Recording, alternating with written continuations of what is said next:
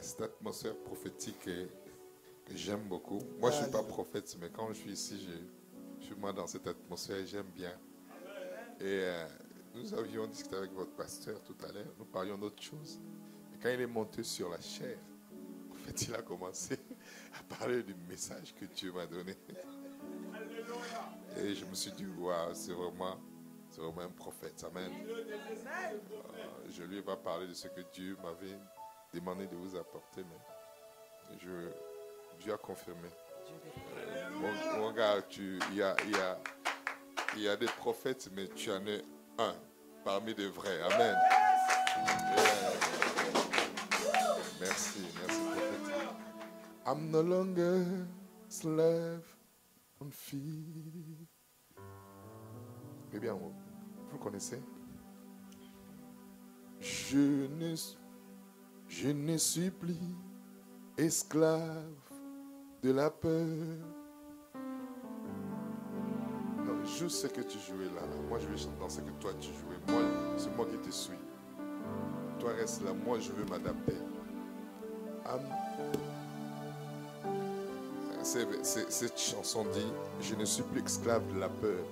Amen. Parce que je suis un enfant de Dieu. Amen. La Bible dit, si l'esprit de celui qui a resté Christ entre les morts habite en vous, l'esprit qui est resté Christ entre les morts restera à votre corps. Je ne suis plus esclave de la peur, car je suis un fils de Dieu. Je ne suis plus esclave de la peur, car je suis un fils de Dieu. Tous ensemble. Je ne suis plus esclave de la peur, car je suis un fils de Dieu. Je ne suis plus esclave de la peur, car je suis un fils de Dieu. Encore, je ne suis plus, tous ensemble. Je ne suis plus esclave de la peur, car je suis un fils de Dieu. Je ne suis plus esclave de la peur, car je suis un fils de Dieu. Et tous les fils de Dieu acclament le Seigneur Jésus-Christ. Tu n'es plus esclave de la peur ni de la mort, car nous sommes fils de Dieu. Et si le Fils t'a franchi, tu es réellement libre. Amen. Nous allons nous asseoir. C'est un privilège pour moi de prendre le micro dans cette église. Et merci encore, prophète, pour vous parler. Et vous savez, pour être sincère, depuis que Dieu m'a conduit dans cette vie de la grâce, il y a beaucoup de gens qui se sont éloignés de moi. Il y a peu qui m'invitent. Parce qu'il y a certains qui disent, je suis dans l'hérésie. C'est pas ça, en fait. On permet les péchés. Non. Ce n'est pas un message, c'est une vie. Amen. Les gens confondent le message et une vie. Quand tu n'as pas saisi ces messages, tu n'as pas l'esprit du message, tu ne peux pas vivre la vie du message. Et beaucoup de gens tordent ce message de la grâce. Tite l'a bien dit. Il dit beaucoup de gens tordent cela. Et ce n'est pas ce que nous faisons. Et nous voulons... Baisse mon micro parce que je vais monter à un certain moment. Pour que ce soit fort. Baisse. Et j'aimerais... Vous savez, je suis un peu de la vieille école. C'est ce que veut dire quoi? Je suis un peu conservateur. Si je faisais la politique, j'allais être dans le parti conservateur. Je conserve des choses, de nouvelles choses. Donc, je prends mon temps pour approuver quelque chose. Et dans les prophétiques, je suis vraiment très sélectif et très pointillé. Et je confirme que à chaque fois quand je viens ici, je confirme cette dimension prophétique. Parce que Dieu confirme des choses que je reçois à la maison avant de venir ici. Donc vous êtes vraiment dans le prophétique. Et il ne faut pas les négliger. Il faut le prendre au sérieux et rentrer dans ces dimensions.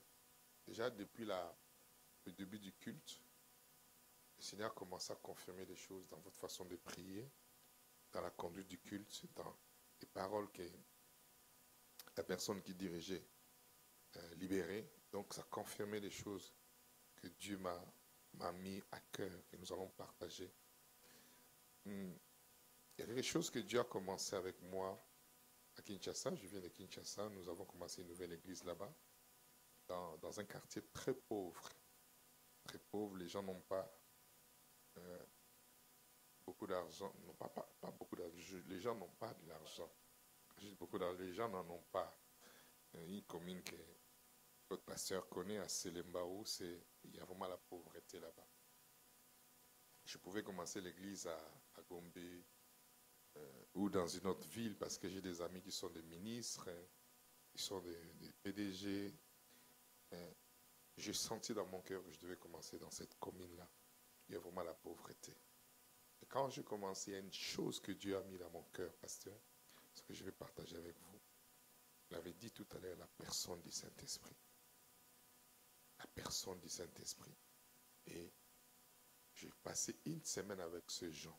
Une semaine, et j'ai été bouleversé. Quand j'ai bouleversé. Je suis venu ici, je vais vous dire la vérité, j'ai plus envie de rester en France. Ils ne m'ont pas donné de l'argent.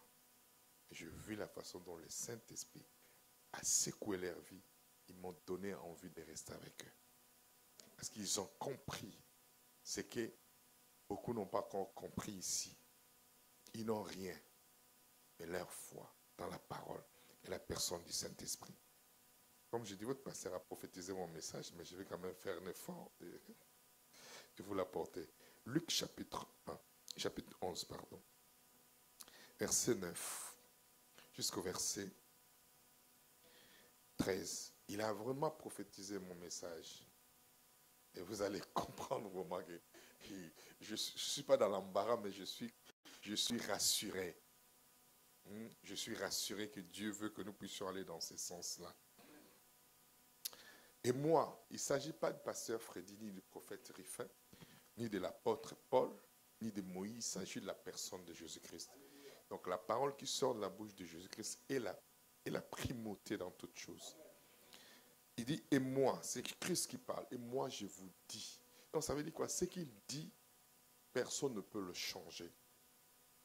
Que ce soit un démon, que ce soit un pasteur, que ce soit une personne, je ne sais pas qui sort d'où, personne ne peut le changer. Et moi je vous dis, qu'est-ce que le Christ nous dit? Demandez et l'on vous donnera. Cherchez et vous trouverez. Frappez et l'on vous ouvrira. Ici le contexte c'est la prière. C'est le fait de recevoir, de demander de recevoir de qui? De la part du Seigneur. Car quiconque demande fait quoi? Reçoit. Regardez bien le verbe conjugué au temps présent. Car quiconque demande fait quoi? Pas recevoir, reçoit. Il y a un contexte que vous devez comprendre dans la prière qui nous a été mal enseigné. Jésus n'a pas dit quiconque demande. Vous n'avez pas la référence? Frère, vous n'avez pas la référence? Ah, excusez-moi. Luc 11. À partir du verset 9. On va revenir, ok? Excusez-moi. J'ai été vite. Excusez-moi. On reprend. Il dit, et moi je vous dis, verset 9, et moi je vous dis, demandez et l'on vous donnera. Cherchez et vous trouverez. Frappez et l'on vous ouvrira. Donc, ici, on voit les choses sont demandez et vous pas vous allez le recevoir, vous recevrez. C'est automatique, ok? Et il dit quoi encore? Cherchez et vous trouverez. Frappez et l'on vous ouvre. Car quiconque demande fait quoi? Reçoit. Celui qui cherche fait quoi? Trouve. Et l'on ouvre à celui qui frappe. Il y a un contexte où un propos, je ne dirais pas propos, mais une façon d'expliquer dans la façon de recevoir de Dieu. On dit, quand tu demandes et Dieu ne répond pas à temps, c'est faux. Nous allons changer ce contexte-là. Vous allez comprendre que, au fait, on a, comme notre prophète disait, on a amené Dieu dans le contexte d'une personne qui n'est pas là comme un père, comme un gendarme. Comme une personne qui va réprimer, qui va nous réprimer par rapport à notre conduite.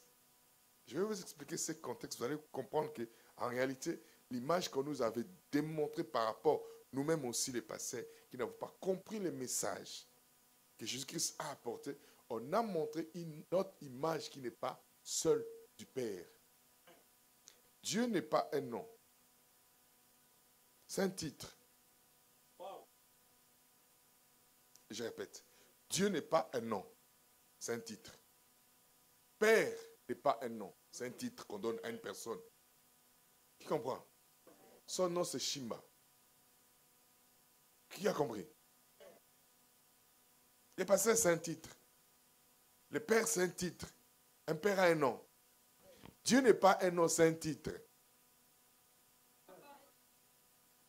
Dieu veut dire c'est celui qui existe par lui-même. Voilà ce que ça veut dire Dieu. Voilà pourquoi dans la Bible on dit il y a le Dieu de Baal, il y a le Dieu du soleil, il y a le Dieu d'Israël, le Dieu d'Abraham, le Dieu de... Voilà pourquoi, quand Moïse l'a rencontré, il dit, dis-moi quel est ton nom. Mais s'il était Dieu, si Dieu était son nom, pourquoi il allait dire, dis-moi encore ton nom? Il lui a dit son nom. Mon nom c'est je suis. Parce que Dieu n'est pas un nom, c'est un titre. Qui comprend? Maintenant, ici, dans le contexte, Jésus-Christ ramène les choses dans le contexte ça doit être. Il dit, demandez et vous recevrez. On ne reçoit pas de Dieu pendant la manifestation. Il y a une différence entre la manifestation et le temps où Dieu a répondu. En fait, Dieu répond le jour même où tu pries. Au moment où tu pries, Dieu répond. Je vais vous donner un exemple simple. La Bible dit, Daniel a prié dans le chapitre 9. Quand il a prié, il a reçu la réponse. Dans le chapitre 10, Daniel prie encore. Mais maintenant, écoutez la réponse. Écoutez la réflexion de l'ange. L'ange a dit, le jour où tu as eu à cœur. Il n'a pas dit, le jour où tu as eu à cœur, je suis venu. Je suis venu quand? Le jour où tu as eu à. La réponse était donnée quand? Le jour où lui a eu à cœur, pas 21 jours après. Les 21 jours après, voilà, ça c'est l'obstacle. En fait, Dieu ne répond pas le jour de la manifestation. Dieu répond le jour où. Ah! Vous comprenez? Mais maintenant, comme nous ne connaissons pas les choses, on se dit, ah, Dieu tarde. Non, Dieu ne tarde pas. Il faut maintenant que, c'est là où je vais t'amener. Il faut maintenant que tu aies la vision. Il y a une différence entre, je n'aurai pas le temps aujourd'hui, il y a une différence entre le fait de regarder, de voir. Nous, je vous avais dit ça, non? Nous ne sommes pas appelés à regarder. Nous sommes appelés à voir. Ok, les choses que Dieu a préparées, pas Dieu va préparer. A déjà? C'est là que vous allez comprendre la différence. Maintenant, ici, il dit, vous recevez le jour où vous priez. Mais qu'est-ce qui fait de foi que ces manifestations tardent? Un, c'est parce que nous n'avons pas la connaissance acquise qu'il faut par rapport au domaine. Deuxièmement, il y a des obstacles. Ça peut être un démon ou une opposition maléfique qui s'oppose entre la réalisation, pas la réponse, la réalisation. Parce que la réponse a été donnée le jour où tu as eu à cœur. Mais par rapport à la manifestation de la réalisation, il y a des autres. Maintenant, il faut que tu pries, pas pour recevoir parce que tu as déjà reçu. Il faut que maintenant tu pries, tu savoir quel est l'obstacle qui s'y oppose par rapport à la manifestation de ce que j'ai déjà reçu. C'est là qu'on va y arriver. Et nous allons changer la conception de Dieu dont on nous a parlé, ou qui est là pour nous frapper, qui est là, tu as péché, tu vas voir. Je peux te choquer, même ton péché ne peut pas empêcher Dieu. Oui, je te dis la vérité, parce que toi, avant que tu sois né de nouveau, tu n'avais pas péché, tu étais pécheur. C'est des choses différentes. Donc tu avais la nature du, mais il t'a sauvé quand même. Il y a combien plus forte raison tu es devenu son enfant que ton péché va l'empêcher. Ok. Parce que dans d'autres églises, non. Ton péché te fait retarder les manifestations de la grâce. Ton péché te fait perdre du temps. Tu comprends? Voilà ce que le péché fait. Le péché ne change pas l'amour de Dieu pour toi. Mais le péché devient un obstacle pour les manifestations de ce que tu as reçu.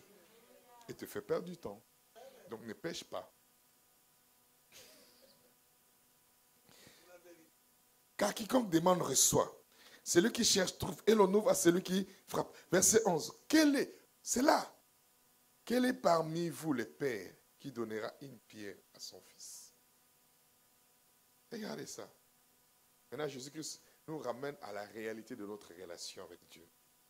Il dit, au fait, je vais vous montrer quelque chose dont vous sous-estimez, dont vous ignorez. Quel est parmi vous les pères qui donnera une pierre à son fils s'il lui demande du pain? Ou s'il demande un poisson, lui donnera-t-il un serpent au lieu d'un poisson? Ou s'il demande un œuf, lui donnera-t-il un scorpion? Si donc, méchant comme vous l'êtes, c'est Christ qui parle, ce n'est pas les pasteurs. Il dit, si donc, méchant comme vous, regarde la qualificatif. Si donc méchant comme vous l'êtes, vous savez. C'est là que ça passe. Ça ne m'a pas tué, hein? J'enlève ce mot-là. C'est là que j'ai été scié, prophète. Si donc méchant comme vous l'êtes, vous savez. Regardez bien. Regardez bien. Il dit, vous êtes méchant. Mais bien que dans l'état de la méchanceté dans lequel vous êtes, vous savez. Qui a compris? Pas vous savez retenir. Pas vous savez refuser. Pas vous savez punir. Pas vous savez exclure. Vous savez quoi? Donner. Ok. Maintenant, lisez, mettez bien vos yeux sur la Bible. C'est écrit quoi? Vous savez quoi? Donner quoi? Vous savez donner quoi? On sait donner quoi? On sait donner quoi? Méchants comme nous sommes, nous savons donner quoi? Réfléchissons. Nous sommes méchants. Notre nature est méchante. Mais nous savons donner quoi? Contraste. Okay? Bien que la nature est méchante, mais dans l'action, nous savons donner quoi? Je sais c'est pourquoi vous allez comprendre. Pas nous savons donner des choses. Pas nous savons donner des mauvaises choses. De quoi? Des bonnes? Réfléchissons maintenant. Nous qui avons une nature qui est méchante. Et quand on donne à nos enfants, on ne donne pas des mauvaises choses. C'est des bonnes. Comment on nous a dit que Dieu donne des mauvaises choses? Alors que si nous qui sommes limités, nous savons donner de bonnes choses. Je vais expliquer cela. Regardez bien. Pourquoi Jésus-Christ a pris pain, poisson, pierre, scorpion? Parce que le pain et le poisson, c'est ce qu'on appelle les besoins fondamentaux ou les besoins vitaux. Ça veut dire quoi? Ce sont des choses qui sont appelées à soutenir la vie naturelle d'une personne pour une bonne croissance. Ça veut dire que toutes les mamans qui sont ici et tous les papas qui sont là, ils savent que demain matin ou ce soir, quand il faut rentrer à la maison, il faut que les enfants prennent leur souper.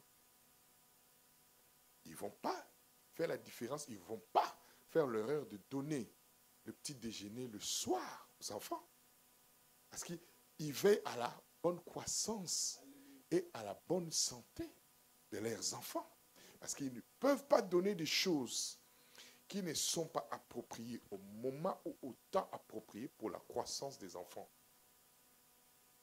Même si ton enfant a fait une bêtise, quand le moment ou l'heure de lui donner ce qui lui revient, tu ne tiens pas compte de la bêtise, du bêtise, tu tiens compte de quoi? De sa croissance. Tu ne donnes pas à ton enfant la nourriture pour croître par rapport à ce qu'il fait, par rapport à ce qu'il est. Répète, je ne reçois pas de Dieu par rapport à ce que je fais, mais par rapport à ce qui je suis.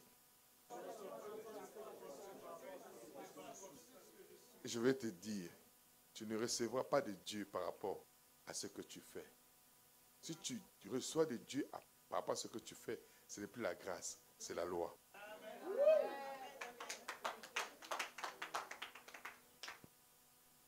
Ça veut dire quoi? Que mon enfant fasse une bêtise ou pas. Quand le matin arrive, la première chose, je dois donner le petit déjeuner. Parce que je pense à son futur. Je pense à sa croissance. Ce n'est pas ce que mon enfant fait qui fait que je le nourris. C'est par rapport à la relation qu'il a avec moi. Donc, je ne reçois pas de Dieu par rapport à ce que je fais. Tu dois le retenir. Tu reçois de Dieu par rapport à ce que tu es. Maintenant, le vrai problème, c'est quoi? C'est ce que le diable combat prophète. Le problème d'identité. Vous verrez, le même problème que Adam haït, c'est le même problème que Christ haït. Quand Adam est rentré sur la scène de sa vie, la première chose que le diable est venu, Dieu a-t-il réellement dit que il met les doutes par rapport à quoi? À son identité. Dieu sait que le jour où vous mangerez, vous deviendrez de Dieu alors qu'ils étaient déjà. Ça veut dire quoi? Quand le diable essaye de te faire sortir de ton identité, même si tu as des choses, tu ne peux pas les manifester. Tu n'as pas compris? Quand le diable arrive à mettre le doute sur ton identité, de ce que tu es, voilà pourquoi je dis, je ne suis plus esclave de la peur à cause de ce que je suis. Si je suis un enfant, mon père ne me nourrit pas par rapport à ce que je fais, mais par rapport à ce que je suis.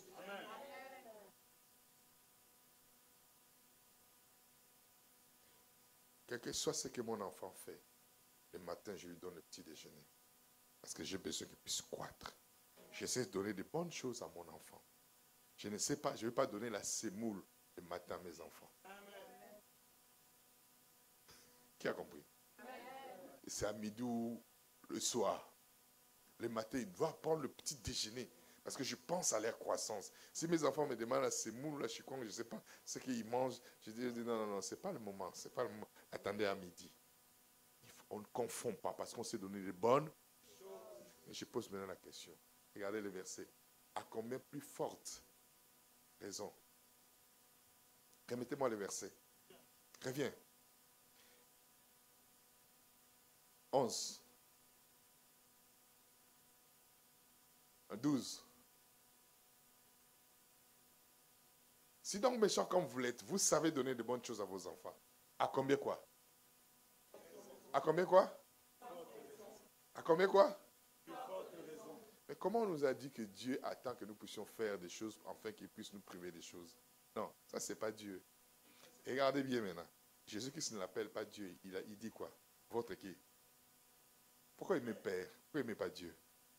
Il veut que vous puissiez comprendre que ce n'est pas une personne étrangère à votre vie.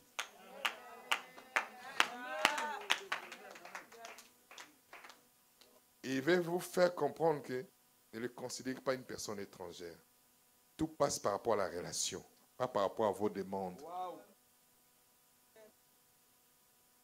Moi, mes enfants, quand ils se réveillent le matin, ils rentrent dans la cuisine, ils ouvrent les frigidaires. Quand ils voient qu'il n'y a rien, ils ferment directement, ils viennent à la porte. Ils frappent la porte, ils n'attendent même pas que je dise oui, directement ils ouvrent. Papa, il n'y a pas de lait. Alors, ils ne me posent pas la question si j'ai l'argent. Qui a compris? Amen. Je sais que beaucoup d'entre vous vivent la même chose que moi, non?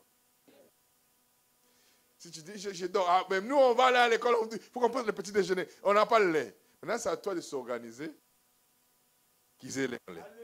Pour quelle raison? Parce que c'est leur droit.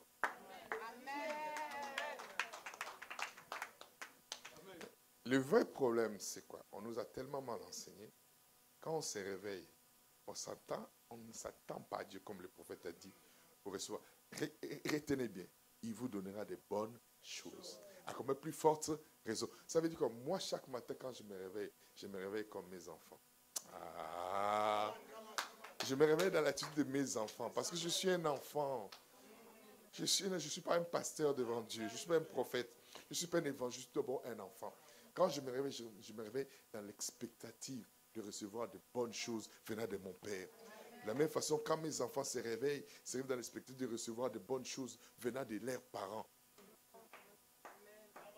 Et mes enfants, des fois même, ils vont loin. Quand je dis, bon, prenez l'argent, ils disent, non, nous, on ne va pas aller. Vous-même, prenez la voiture, allez acheter. Je dis, c'est à côté, ils disent, non, on ne va pas sortir. Je suis obligé de sortir de mon lit, de rentrer dans ma voiture. Pas pour moi, je ne bois pas du lait. Moi, je n'en bois pas. Mais le lait, ça fait longtemps que j'en bois pas. Mais je me réveille, je rentre dans ma voiture, j'achète, jamais, prenez. Ce n'est pas pour moi, c'est pour eux. Mais qui fait ça? C'est moi. Parce que je suis le Père. Retenez ça. Je ne le fais pas parce qu'ils ont bien agi. Je le fais parce que ce sont mes enfants et c'est leur droit. Ça veut dire quoi? Vous ne recevez pas de Dieu parce que vous faites des choses, parce que c'est votre droit. À tous ceux qui l'ont reçu, à ceux qui croient à son nom, elle a donné le pouvoir de devenir, non ni de la volonté de l'homme, ni de la volonté de la chair, ni de la volonté du sang, mais de sa propre. Il ne peut pas nous adopter sans avoir préparé les choses. Amen. C'est nous, les parents, quand on regarde le frigidaire, on vient, on regarde la cuisine, on se dit, on va préparer, on va faire les courses, on amène. Quand les enfants sortent de l'école, ils ouvrent le frigidaire, ils sont contents. Ils ouvrent les armoires, ils sont contents. Alors si nous sommes méchants, nous savons donner de bonnes choses à nous. Retenez ça. Retenez ça. Nous savons donner de bonnes choses, pas de mauvaises choses. Répète, je sais donner de bonnes choses. Et je veux maintenant que tu comprennes. Si toi, tu es incapable de foi, limité de foi, tu n'as pas d'argent, tu sais donner de bonnes choses à tes enfants. À combien plus forte raison le Père Céleste donnera-t-il le Saint-Esprit à ce qu'il est lui? On va faire la corrélation, ok? Il a parlé du pain. Il a parlé du poisson. Ce sont des éléments vitaux pour soutenir notre vie. Dieu maintenant, le Père Céleste, il sait l'élément vital pour soutenir notre vie spirituelle, le Saint-Esprit. Comment se comprendre? Il nous a été donné pour nous soutenir spirituellement. Sans le Saint-Esprit, tu ne pourras pas aller plus loin. Ta vie spirituelle sera une vie spirituelle instable, une vie spirituelle improductive, une vie spirituelle inefficace, une vie spirituelle tangente. C'est la raison pour laquelle il t'a donné le Saint-Esprit. Donc, si le pain et le poisson soutiennent la vie naturelle pour la croissance, donc la chose la plus importante pour que tu atteignes tes objectifs et que tu puisses jouir de tout ce que Dieu a pour toi, c'est le Saint-Esprit. Le Saint-Esprit a été considéré souvent comme une puissance. Non, il a la puissance, mais il n'est pas une puissance. Il a été considéré comme quelqu'un ou quelque chose qu'on s'intéresse. Non, c'est lui qui a mené tout ce dont tu as besoin.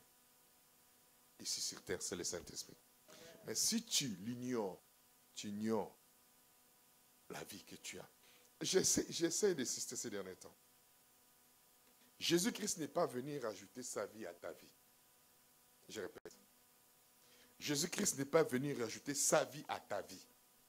Jésus-Christ est venu te donner, non, pas remplacer, te donner, tu n'avais pas. On doit bien lire la Bible. Je suis venu afin que tu es là, parce qu'on n'en avait pas. Quand je viens pour te donner quelque chose, tu n'en as pas. On n'avait pas la vie. Ce qu'on avait là, ce n'était pas la vie. Il n'est pas venu remplacer, il n'a rien remplacé. Parce que tu n'avais rien. Tu étais mort. Voilà ce que la Bible dit. On va remplacer quoi?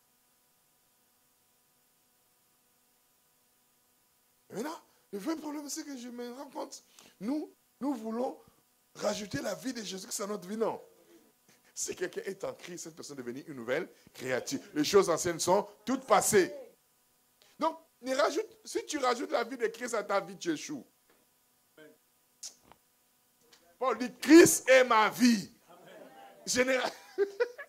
Je sais pas, les gens pensent que venir à l'église, ils rendent un service à Dieu. Tu ne rends pas un service à Dieu. Amen. Quand tu ne viens pas à l'église, tu dis que je ne veux pas la vie. Voilà ce que tu dis. Ah, oui, je vais aller au travail. Combien qui travaillent, qui ne s'en sortent jamais? Quand vous négligez la vie que Dieu vous a donnée, je suis choqué, prophète. Nous n'avons que 2 jours par semaine pour venir à l'église. Et 1 jour le week-end. Pas des jours, des heures par semaine pour venir à l'église. Ça devient tout un problème.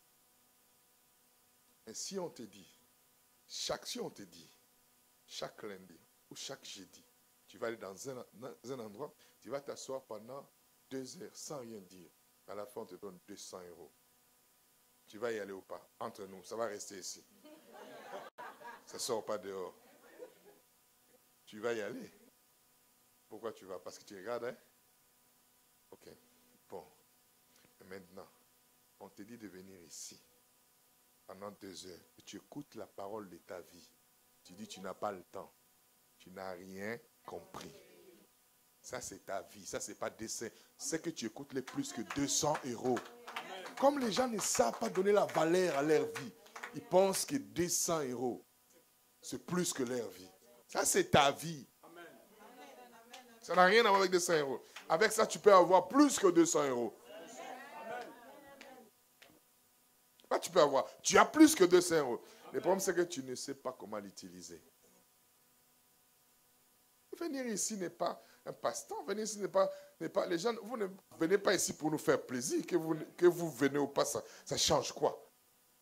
Ça change quoi? Rien. C'est vous qui valorisez votre vie. Vous valorisez quand vous venez, vous valorisez votre vie. Je dis aux gens que vous venez ou venez pas. Moi, ça ne me change en rien. Parce que je n'ai pas besoin de venir à l'église, moi, pour que Christ soit ma vie. Christ est ma vie tous les jours. Je viens ici pour donner de la valeur à ce que j'ai encore. Imaginez, vous êtes un footballeur, mais vous ne faites aucune compétition. Ça sert à quoi? Il vous connaîtra. Il comprend. Un athlète que vous n'avez jamais couru une compétition, ça sert à quoi? Vous, étant un enfant de Dieu, vous ne venez pas à l'église. Ça vous sert à quoi? Comme on dit chez nous aux Antilles, à rien même. Ça n'a servi à rien. Vous comprenez cela? Il faut que vous réalisez que venir ici n'est pas donner de la valeur au passé, c'est vous valoriser vous-même. Donc, à combien plus forte raison, il nous a donné le Saint-Esprit. C'est là où j'aimerais vraiment vous encourager. Le Saint-Esprit n'est pas une puissance, c'est une personne. Une personne qui fait partie de la Trinité, de la divinité. Le Père est la source. Jésus-Christ est celui qui accomplit. Le Saint-Esprit est celui qui manifeste ce que le Père a créé et ce que le Fils a accompli. Ok. Le Père, c'est la source. Abba. Source. Jésus-Christ, c'est celui qui accomplit. Le Saint-Esprit, c'est celui qui manifeste. Comme dans un film, il y a le script. Dans le script, il y a les scénarios. Dans les scénarios, il y a tout ce qu'il faut. Alors, il y a 3 personnes qui font un film. C'est pas une seule personne qui joue 3 rôles différents. Il y a les producteurs, les réalisateurs et qui? Il y a les producteurs, les réalisateurs et les qui? Acteurs. 3 personnages qui jouent le rôle. Quelqu'un qui produit, qui amène l'idée. Le réalisateur maintenant prend, il met en scène. Et après l'acteur joue le rôle. Vous avez compris? Le père et les producteurs. Le fils et les réalisateurs. Il a réalisé ce que le père a fait. Et maintenant, le Saint-Esprit est celui qui met en action l'acteur. Vous avez compris? Maintenant, quand nous ne connaissons pas, et regardez bien, dans le film, ce n'est pas souvent les producteurs et les réalisateurs qui prennent la place. C'est l'acteur. Donc le Saint-Esprit joue un rôle très important dans notre vie. Parce que c'est lui qui met en manifestation tout ce que les producteurs et les réalisateurs ont mis en place.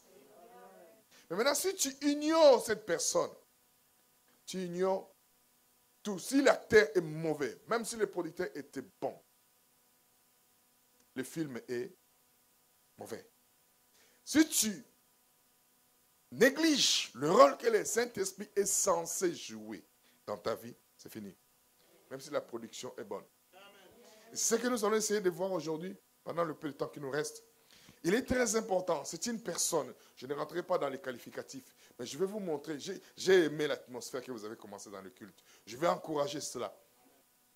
Je vais rapidement vous montrer l'un des points qui m'aide aujourd'hui à pouvoir accélérer ma vie spirituelle. Parce que c'est l'année de l'accélération spirituelle et du surnaturel. 1 Corinthiens 14, verset 4. 1 Corinthiens 14, verset 4 nous dit quelque chose de très important. Celui qui parle en langue ne parle pas aux hommes, mais parle à qui? Ok. Vous avez trouvé? Celui qui parle en langue s'édifie lui-même. Vous avez trouvé 1 Corinthiens 14, verset 4. Celui qui parle en langue s'édifie lui-même. Celui qui prophétise fait quoi? Édifie l'église. Voilà, il y a deux dimensions ici. On en parlera un autre jour. Je commence par la première. Le vrai problème que nous avons eu dans nos églises, c'est que nous-mêmes, les pasteurs, on n'a pas été équipés dans les enseignements. On a eu peur de la dimension prophétique. Aujourd'hui, la dimension prophétique explose parce que la connaissance commence à venir et à augmenter. Mais tu ne peux pas rentrer dans les prophétiques si tu n'as pas compris le premier niveau. C'est l'erreur qui est faite parce que je vois aujourd'hui des jeunes prophètes et des prophétesses qui passent sur Internet, qui disent des choses, mais en réalité, ils n'ont pas encore été préparés pour ça. Regardez bien, il y a un développement, une chronologie. Celui qui parle en langue, c'est édifié qui? Tu ne peux pas édifier l'église si tu ne peux pas édifier toi-même. Tu vas passer à la deuxième position. Si à la première position, tu n'es pas encore prêt. Et quand je parle à certains prophètes, je me rends compte, mais ils ont sauté la première étape. Ils ne sont même pas édifiés eux-mêmes. S'ils sont édifiés, ne veut pas dire seulement, non. Ils ne se sont pas bâtis. Ils n'ont pas la connaissance de la parole. Par exemple, Dieu t'a dit, moi, beaucoup des hommes m'aiment, mais j'aime pas. On n'a pas besoin de ça.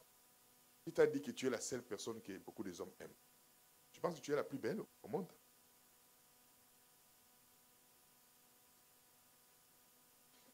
Mais on n'a pas besoin de dire ça à la télé. Ça sert à quoi?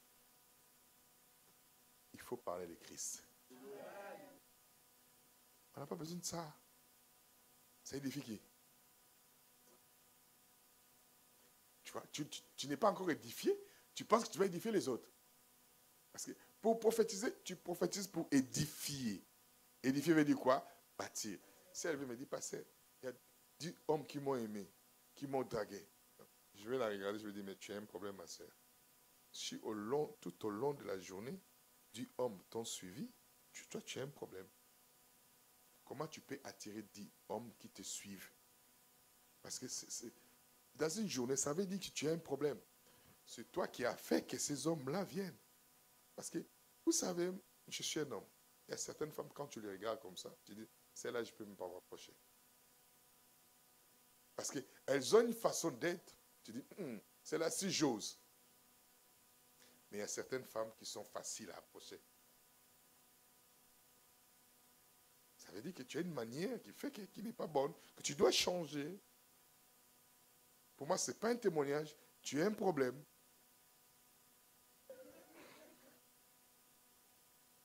Tu as un souci. Tu attires facilement les hommes, tu as un problème.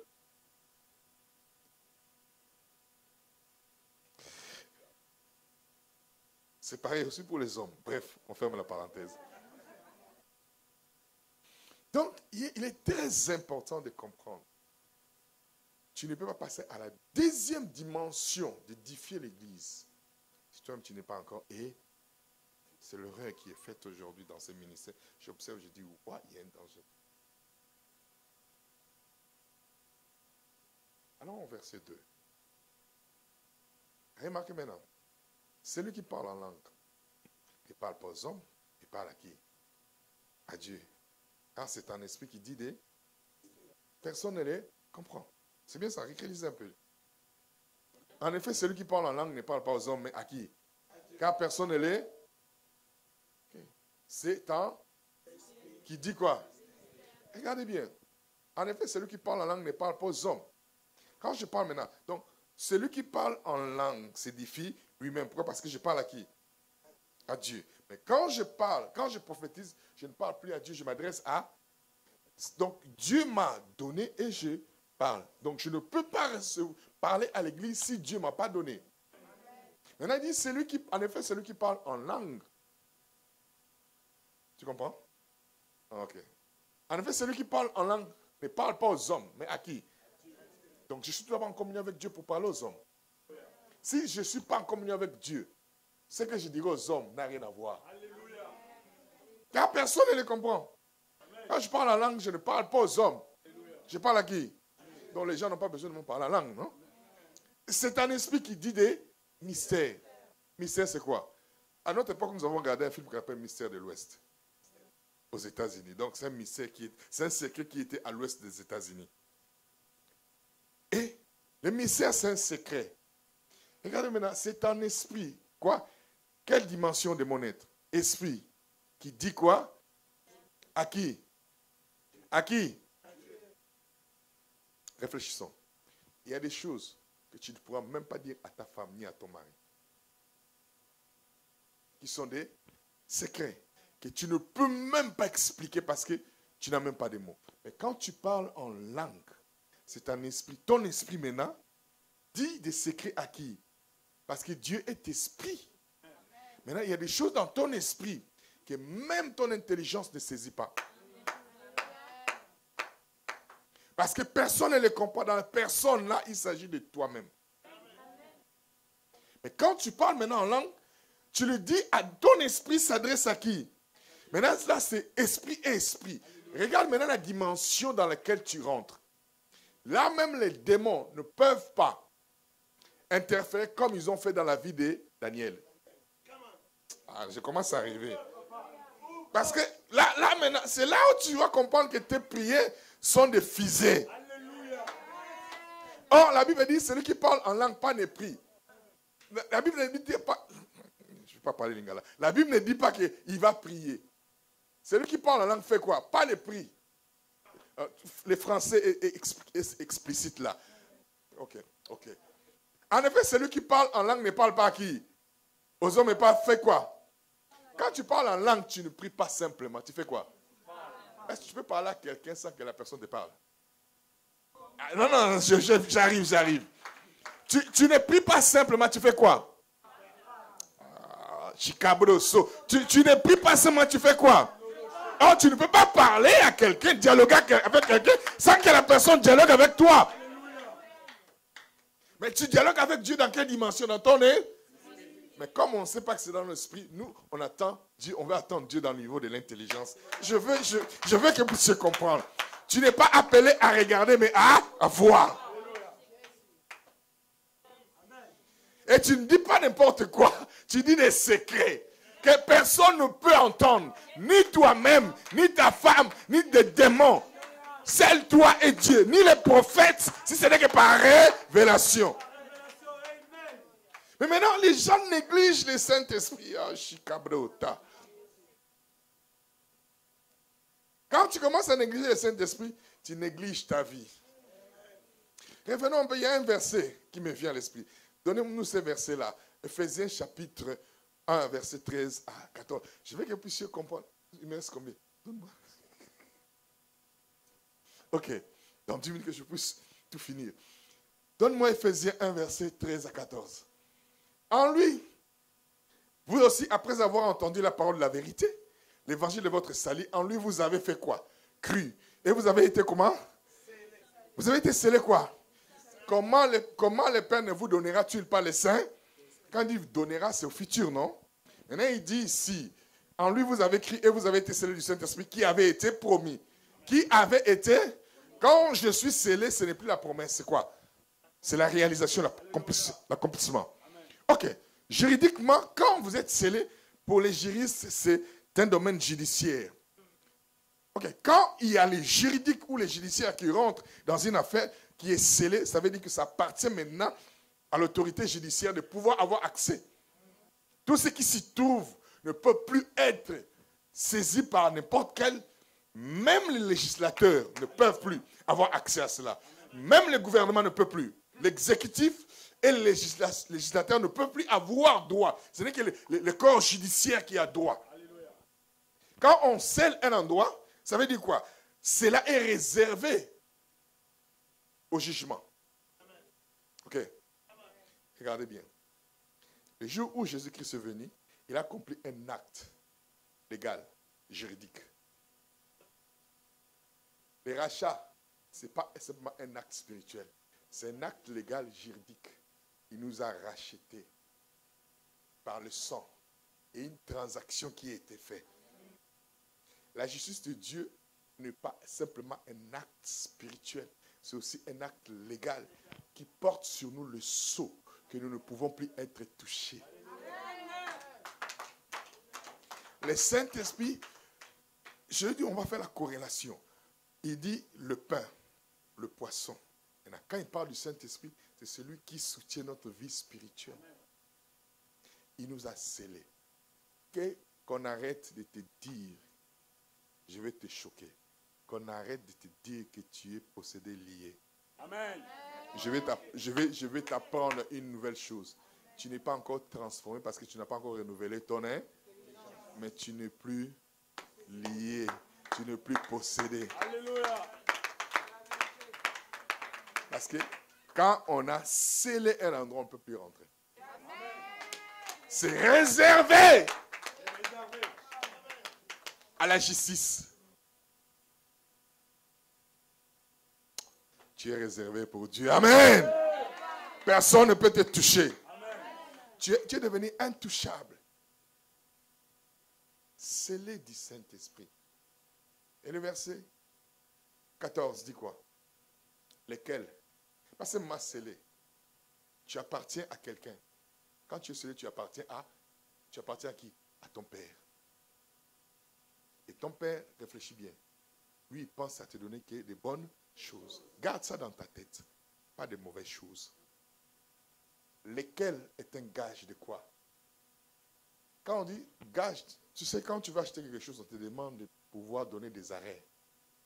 Une garantie. Maintenant, on dit, le Saint-Esprit nous a scellés. Et pas simplement le sceau dans notre vie, mais il est aussi celui qui nous garantit. C'est lui qui nous garantit quoi? Que notre est... Bon, maintenant, c'est là où je veux en venir.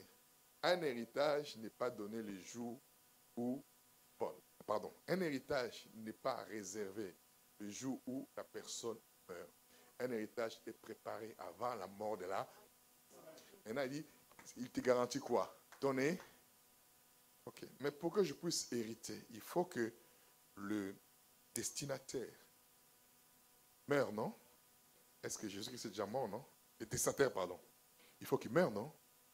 Est-ce que le testataire de notre héritage est déjà mort? Oui. Oui. Jésus est déjà mort, non? Ça veut dire quoi? On a déjà? Ok. Voilà pourquoi il dit, à combien plus fortes raisons votre Père Céleste ne vous donnera-t-il pas le Saint-Esprit qui vous garantisse votre et comme les enfants, quand ils se réveillent le matin, ils ne pensent pas que c'est à ce moment-là que les parents vont faire des courses. Ils savent que les parents ont déjà fait des courses. Le Saint-Esprit, c'est lui qui te garantit que tu n'as même pas besoin de t'inquiéter par rapport à ta vie. Simplement, fais-moi confiance. Il te garantit ton héritage pour la rédemption de ce que Dieu s'est acquis. Pas qu'il va s'acquérir, il s'est déjà acquis. Il s'est acquis, voilà pourquoi il t'a scellé. Tu m'appartiens, moi. Saint-Père, ce n'est pas un gendarme qui est là, qui attend que tu brûles le feu pour te donner une contravention, non.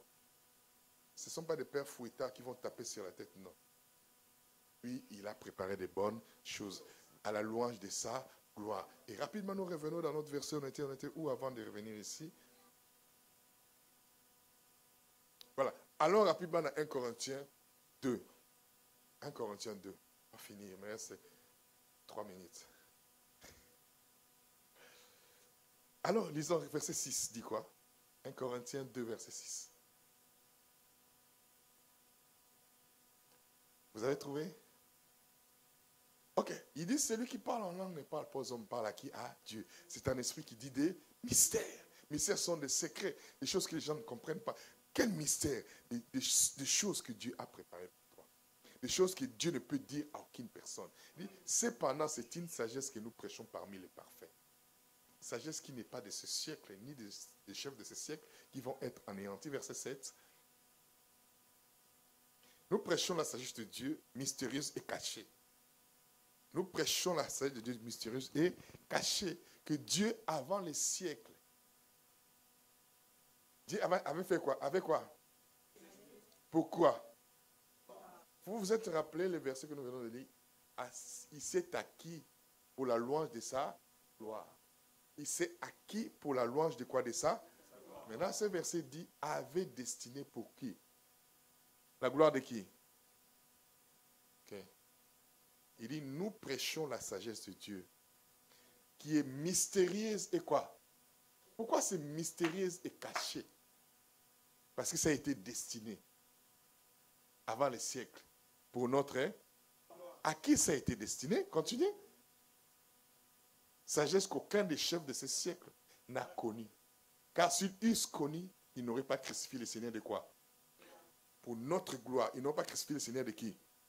Sagesse qu'aucun des chefs de ce siècle n'a connue. Regardez bien la phrase. Car s'ils eussent connu, ils n'auraient pas crucifié quoi? Quelle est cette sagesse? Quelle est cette sagesse? Voilà. Regardez la phrase. Sagesse qu'aucun de ces chefs n'a connu. Car s'ils eussent connu, ils ont crucifié qui? Maintenant, la Bible dit, Christ en moi est l'espérance de quoi? En fait, cette sagesse-là, ce n'est pas avoir de cheveux blancs, c'est avoir Christ en toi.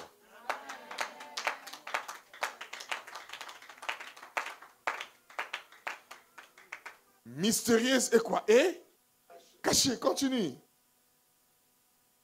Mais comme il est écrit, ce sont des choses que l'œil n'a point vues. Comme il est écrit, ce sont des choses que l'œil n'a point. Voilà pourquoi je dis, nous ne les regardons pas. Ah! Des choses que l'œil n'a point vues, que l'oreille n'a point en, qui ne sont point montées au cœur de qui? Si ces choses, l'œil n'a point vu, l'oreille n'a point entendu, qui ne sont pas montées dans le cœur de l'homme, mais qui sont cachées et mystérieuses. Cachées et mystérieuses pour qui? Parce que la Bible dit, celui qui parle en langue ne parle pas aux hommes, mais parle à qui? C'est un esprit qui dit des. Et dit, ces choses sont mystérieuses et cachées, que Dieu a destinées pour notre. Maintenant, il dit ici que l'œil n'a point vu, l'oreille n'a point entendu, qui ne sont pas montées au cœur de qui? Mais des choses que. Quoi? Des choses que quoi? Ces choses sont quoi? Sont prêts? Pour qui? Mais ces choses-là que Dieu a préparées ne sont montées ni dans le cœur de l'homme, n'ont jamais été vues, n'ont jamais été un. Mais qui c'est qui doit l'entendre maintenant? Qui c'est qui doit l'entendre? Attendez. Les choses que Dieu a préparées pour ceux qui quoi? Qui c'est qui doit l'entendre? Toi. En fait, ces choses-là, elles seront révélées à aucune autre personne. Ce n'est qu'à toi. Amen. Si ce n'est qu'à toi, personne ne pourra le connaître. Ça veut dire quoi? Je ne suis pas en compétition avec l'un ou l'autre. Parce qu'en réalité, Dieu a préparé des choses pour moi. Amen. Mon problème, c'est quoi? C'est de connaître qui est la personne du Saint-Esprit. Et de commencer à passer du temps avec lui. Ces choses qui sont préparées pour toi ne seront jamais révélées à une autre personne, ce n'est qu'à toi-même. Et on finit avec le verset 10 pour comprendre. Finissons avec le verset 10. Il dit quoi le verset 10? Dieu nous les a.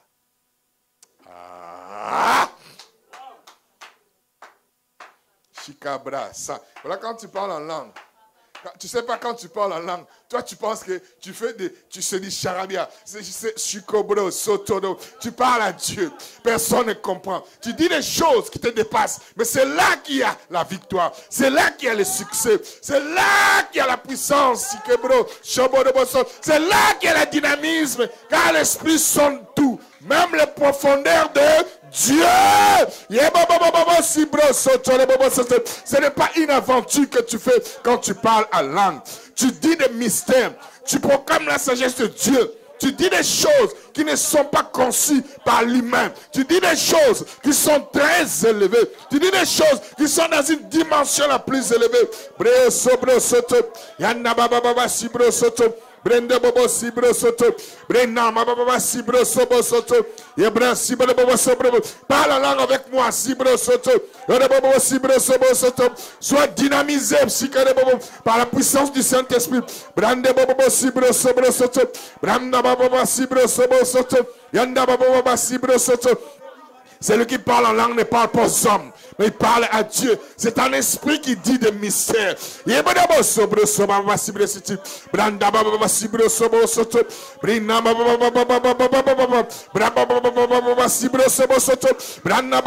pas n'importe qui. Dieu t'a donné la chose qu'il faut pour dynamiser ta vie, pour changer des choses, pour dynamiser ta vie. Inde bobo sibro sobo soto, brinde bobo sibro sobo soto, branda bobo brio sobo sibro soto, shinde bro sobo soto, inde bobo sibro sobo city. Yekere bobo sibro soto, brahma baba brio sobo soto, chandana parle en langue, yende bobo sibro soto, anda bobo, dis des choses en esprit, dis des mystères. Proclame la sagesse de Dieu. Déclare que Christ est mort à la croix pour toi. Et il est ressuscité afin que tu aies la vie. Quand tu parles en langue, tu proclames la sagesse de Dieu. Tu proclames la mort de Jésus. Tu proclames la résurrection de Jésus. Tu proclames l'accomplissement de ce qu'il a fait. Tu déclares qu'il est le roi. Tu déclares qu'il est au-dessus de toute domination, de toute puissance, de tout règne. Tu déclares qu'il règne à jamais. Tu parles de la sagesse de Dieu. Tu parles de tout ce que Dieu a accompli. Et les démons sont décontenancés. Les démons sont dans la confusion. La puissance du diable est brisée.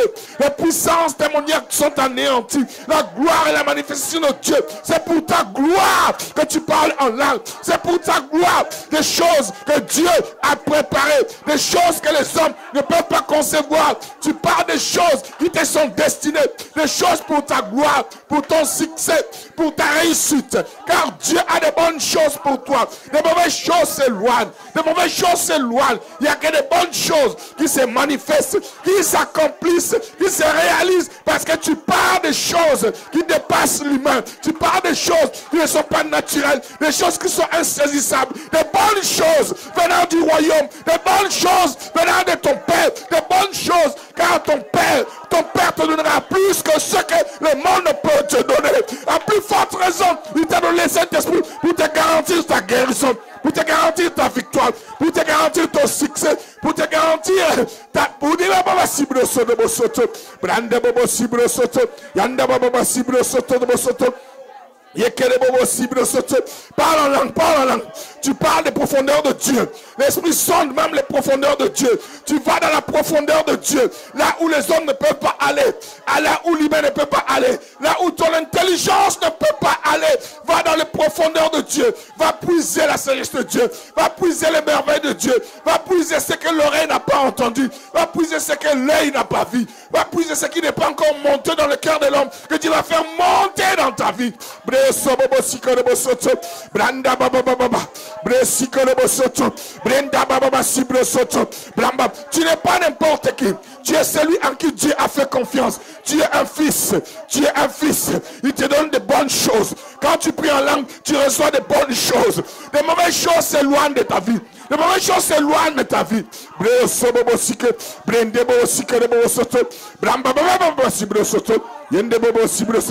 Les prophétiques l'entrent en toi.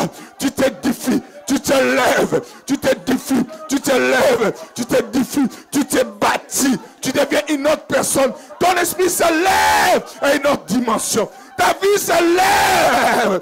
Tu t'es battu. Le diable ne pourra plus t'empêcher. Il ne pourra plus t'arrêter. Car tu montes. Tu montes. Tu n'es pas une autre personne. Tu n'es plus la même personne. Tu vas dans les profondeurs de Dieu.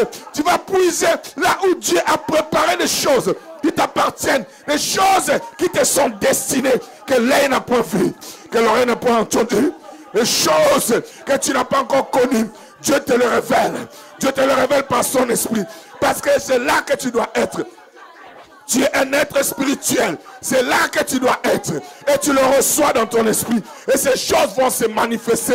Parce que tu le reçois dans ton esprit. Tu vas les comprendre dans ton intelligence. Tu vas les saisir. Il t'a donné le Saint-Esprit pour te garantir ta délivrance. Il t'a donné le Saint-Esprit pour te garantir ta guérison. Il t'a donné le Saint-Esprit pour te garantir ta prospérité. Il t'a donné le Saint-Esprit pour te garantir ton succès. Il t'a donné le Saint-Esprit pour te garantir toutes les promesses que Dieu a accompli en Christ dans la résurrection. Tu n'es pas n'importe qui. Tu es un enfant aimé. Tu es un enfant aimé de Dieu.